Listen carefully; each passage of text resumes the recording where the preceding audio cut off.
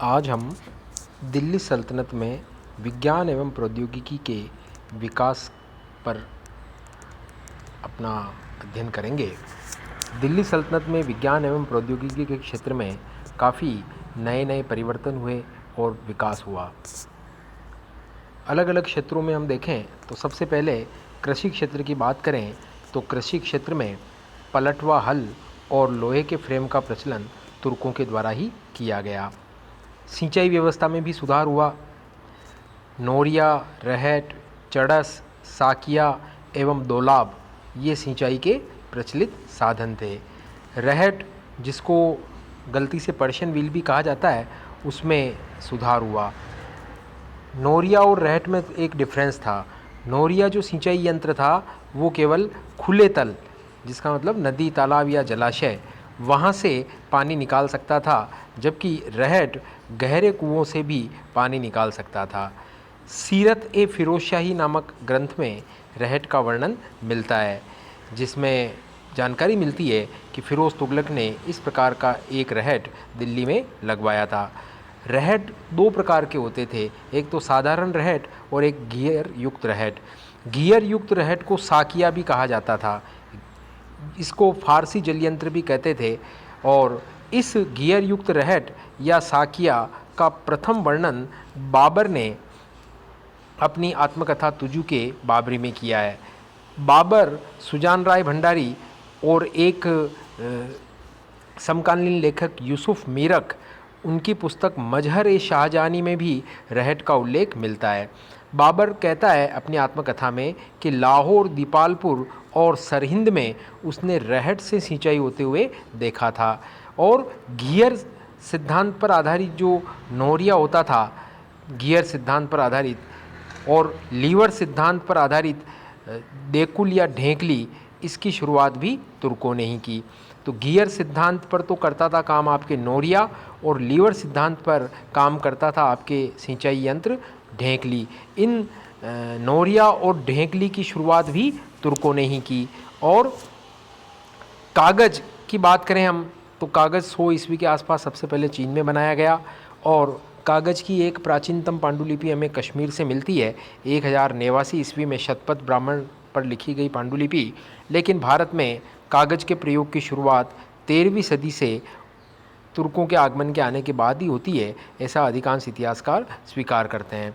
भारत में कागज़ का जो प्राचीनतम साक्ष्य है प्रयोग का, वो 13वीं सदी में गुजरात से संस्कृत में प्राप्त कागज़ पर लिखी हुई पांडुलिपि को माना जाता है। दिल्ली सल्तनत में सर्वप्रथम सुल्तान कुतुबुद्दीन ऐबक जो था, उसने शाही फरमानों के लिए कागज़ का इस्तेमाल करना शुरू किया। शुरुआत में जो कागज़ होते थे वो उज़्बेकिस्तान के शहर समरकंद से मंगाए जाते थे। बाद में बंगाल के राजशाही ज़िले में भी कागज़ की फैक्ट्री स्थापित हो गई और गुजरात भी कागज़ उद्योग का प्रसिद्ध केंद्र बन गया। अमीर खुसरो कहता है कि 3 प्रकार के कागज़ प्रचलित थे। एक तो आपके सादा कागज़, उसके बाद शमी कागज़ और फिर रेशमी कागज़। तो कागज़ का इस्तेमाल भी भारत में तुर्कों के आगमन के बाद ही शुरू हुआ। कांच के मर्तबान, जार और शीशे, ये भी तुर्कों की ही देन मानी जाती है। इन चीज़ों का निर्माण भी तुर्कों के आगमन के बाद ही भारत में प्रारंभ हुआ। इसके अलावा रुई निकालने का औजार, जिसको हम धुनिया कहते हैं, वो उसको पिंजन या नद्दाफ या विटनी जिन भी कहा जाता है। तो कपास के बिनोलों से रुई निकालने का जो औजार है धुनिया, उसका प्रयोग भी तुर्कों ने ही शुरू किया। इसके अलावा कपास को करघे पर कपास के धागे से वस्त्र बनाने का कार्य भी तुर्कों ने ही शुरू किया। तो धुनिया एवं करघा का प्रयोग तुर्कों ने ही शुरू किया। तुर्कों ने क्या किया कि करघे के साथ भारतीय तकली का मिश्रण करके चरखा बना दिया। इरफान हबीब भी कहता है कि 12वीं सदी के कुछ सुप्रसिद्ध कवि ईरान में चरखे के प्रयोग की चर्चा करते हैं अपनी रचनाओं में। भारत में इसका पहला उल्लेख 14वीं सदी के मध्य में मिलता है। चरखे का पहला उल्लेख भारत में किसने किया है? ईसामी की पुस्तक फुतह उस सलातीन में चरखे का प्रयोग किया गया है। जबकि पैर से चलने वाला जो चरखा था, उसका पहला चित्र मिफ्ता ए फुजाला नामक पुस्तक में मिलता है, जो 1469 ईस्वी की पुस्तक है। मिफ्ता-ए-फुजाला में दुनिया जो रुई निकालने का औजार है वो और हाथ से चलने वाली चक्की का भी चित्रण मिलता है। चरखा जो था वो सूत काटने की गति को बढ़ाता है और उत्पादन में बहुत वृद्धि कर देता है, भले ही गुणात्मक वृद्धि नहीं हो। इरफान हबीब कहता है कि चरखे के इस्तेमाल को जब तुर्कों ने भारत में शुरू किया तो इससे उत्पादकता में 6 गुना वृद्धि हो गई और सूत काटने की गति, कहने का मतलब 6 गुना बढ़ गई। इसके अलावा दिल्ली सल्तनत के काल में चुंबकीय कुतुबनुमा और एस्ट्रोलोब का प्रयोग भारत में इसी समय होने लगा। इन दोनों उपकरणों के प्रयोग से समुद्री यात्रा में काफ़ी सहायता मिली। एस्ट्रोलोब एक यूनानी आविष्कार था जिसमें अरबों ने थोड़ा सुधार किया। दिशा सूचक यंत्र यूरोपीय आविष्कार नहीं था, यह चीनियों के द्वारा दिशा सूचक यंत्र का आविष्कार किया गया था और 13वीं सदी से भारत के समुद्री जहाज़ों में चुंबकीय कुतुबनुमा का प्रयोग शुरू हो गया। लेकिन मार्को पोलो, इब्न बतूता और निकोलो कॉन्टी ये यात्री इस चुंबकीय कुतुबनुमा यंत्र का उल्लेख नहीं करते हैं। सबसे पहले 1231 ईस्वी में ऑफी जो लेखक था उसने चुंबकीय कुतुबनुमा या चुंबकीय कंपास का उल्लेख किया है। किसने किया है? सबसे पहले 1231 ईस्वी में ऑफी नामक कवि ने। सुल्तानों ने प्रौद्योगिकी विकास में भी रुचि ली, जैसे फिरोज़ तुगलक ने समय सूचक उपकरणों का प्रयोग किया। फिरोज़ तुगलक ने क्या किया कि फिरोजाबाद दिल्ली के अंदर उसने एक धूप घड़ी बनवाई और एक जल घड़ी भी उसने बनवाई समय देखने के लिए। जल घड़ी को कहा जाता है ताश घड़ियाल। इसके अलावा एक नक्षत्र घड़ी भी उसके द्वारा, फिरोज़ तुगलक के द्वारा दिल्ली में बनवाई गई। जो जल घड़ी थी जिसको ताश घड़ियाल कहते थे, उसमें कांसे का घंटा लगा रहता था। और फिरोजाबाद में फिरोज़ तुगलक ने नक्षत्रशाला की भी स्थापना की। फिरोज़ तुगलक ने वजीराबाद में, जो दिल्ली के पास ही है, 34.7 मीटर ऊंचा बांध भी उसने बनवाया, जो कि टेक्नोलॉजी का उन्नत नमूना था। 2 ग्रंथ ऐसे हैं हमारे पास जिसके अंदर ये जानकारी मिलती है कि सबसे पहले भारी वजन उठाने वाले यंत्र कैपेस्टन का निर्माण फिरोज़ तुगलक ने करवाया। तो ये जो भारी वजन उठाने वाला जो यंत्र है कैपेस्टन, इसका उल्लेख कौन से 2 ग्रंथों में सबसे पहले मिलता है? फिरोज़ तुगलक के समय लिखे गए, एक तो सीरत-ए-फ़िरोज़शाही और एक शम्स-ए-शिराज़ अफ़ीफ़ की पुस्तक तारीख़-ए-फ़िरोज़शाही। तो सीरत-ए-फ़िरोज़शाही और तारीख़-ए-फ़िरोज़शाही, इन दोनों पुस्तकों में हमें ये जानकारी मिलती है कि फिरोज़ तुगलक ने सबसे पहले भारी वजन उठाने वाले यंत्र कैपेस्टन का निर्माण करवाया। इसके अलावा फिरोज़ तुगलक के शासनकाल में महेंद्र सूरी नाम का एक वैज्ञानिक था जिसने यंत्रराज पुस्तक लिखी, जो खगोलीय उपकरणों पर आधारित थी। पद्मनाभ नामक व्यक्ति ने 1400 ईस्वी में ध्रुव भ्रमण यंत्र का आविष्कार किया। भवन निर्माण के क्षेत्र में भी प्रगति हुई तुर्की शासनकाल के दौरान। फिरोज़ तुगलक के समय से टाइलों का प्रयोग शुरू हुआ, जिनको तामचीनी के खपड़े भी कहा जाता था।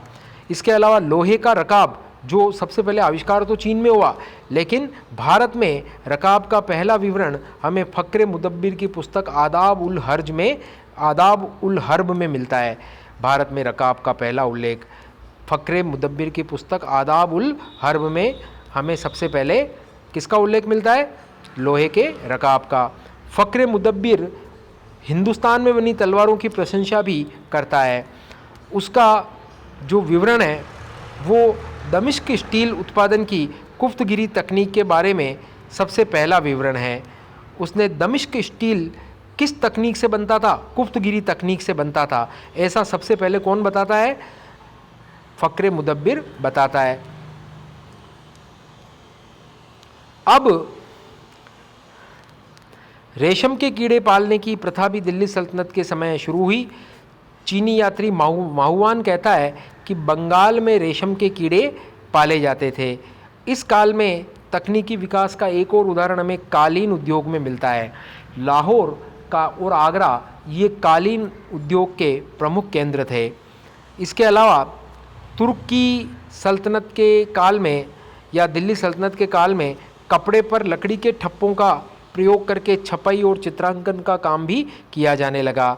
तो कपड़े पर लकड़ी के ठप्पे, जिनको खंडे कहते थे, उनका प्रयोग करके छापे और चित्र कपड़े पर बनाए जाने लगे। और इन छापों का उल्लेख सबसे पहले कवि मुल्ला दाऊद करता है।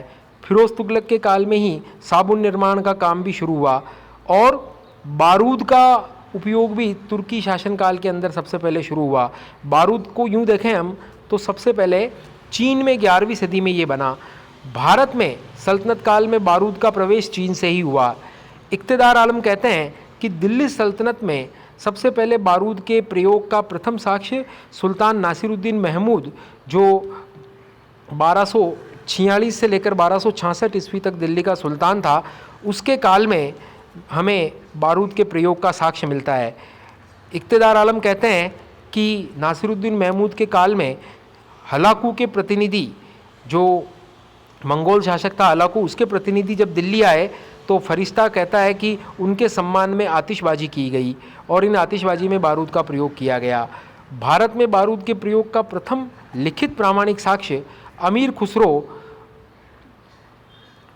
और जलालुद्दीन खिलजी के काल में लिखी गई कसीदा नामक रचना में मिलता है। अमीर खुसरो की जो पुस्तक है, जलालुद्दीन खिलजी के समय लिखी गई पुस्तक कसीदा। कसीदा के लेखक कौन है? अमीर खुसरो। तो फरिश्ता कहता है कि मतलब ये अमीर खुसरो के द्वारा जलालुद्दीन खिलजी के शासनकाल में ये पुस्तक लिखी गई थी कसीदा। इस पुस्तक में बारूद के प्रयोग का प्रथम लिखित साक्ष्य मिलता है। अमीर खुसरो के बाद शमशेर शिराज अफीफ कहता है कि फिरोज तुगलक के काल में पटाखे, जिनको हवाई ए गुलरेज कहा जाता है, उसका इस्तेमाल शुरू हुआ। शब्बे बारात त्यौहार के संदर्भ में ये पटाखे चलाए गए। इसको कौन बताता है? शमशेर शिराज अफीफ इस चीज़ का वर्णन करता है।